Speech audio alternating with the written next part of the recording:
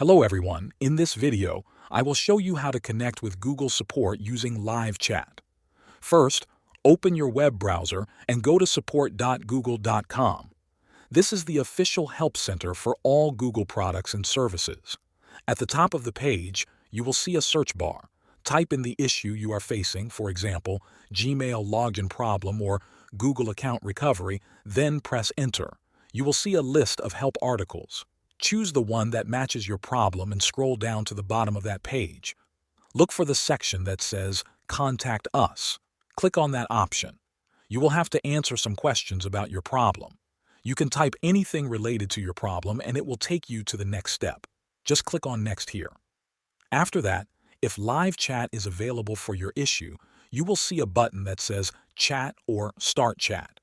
Select it and you may be asked to sign in with your Google account if you are not already signed in. Next, you will need to fill out a short form that describes your problem. Keep the description clear and simple so the support agent understands your request.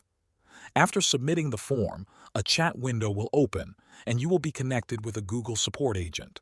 The waiting time can vary, but usually you will be connected in a few minutes. If you do not see a chat option, it means live chat is not available for that specific service or in your region. Thanks for watching.